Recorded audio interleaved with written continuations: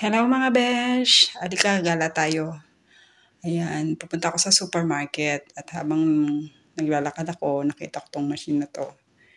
Ngayon ko lang to na-encounter. Sa pagkakaalam ko, pwede ka ditong mag-donate or lahat ng mga gamit mo na hindi mo nagagamit, pwede mo ditong ilagay.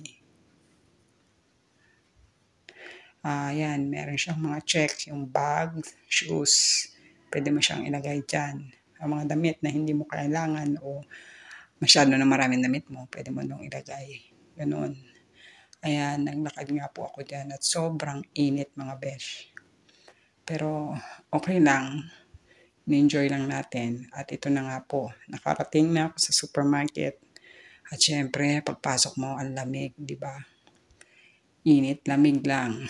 Buti na lang, malakas-lakas ang resistensya ng ngiyayang gala. Ayan. At sa aking paglalakad nga po, dito sa supermarket na po, nakita ko yung mga Filipino product. O, diba? Wow. Ayan o, may Century, may Cheese Whiz, may Lucky Me. Ayan, may Ding Dong, Nova, Chips. Lahat na. Andito na. O, diba? Ang sarap kaya sa pakiramdam na mapadaan ka sa ganitong section. Diba? Kasi, yun nga, parang nasa Pinas lang ako. Parang nasa Pilipinas supermarket lang ako, diba? Ayan. Kasi ang gagawin ko sana maghahanap ako ng pang sushi dyan. Kasi ako napag-utusan na gumawa ng sushi.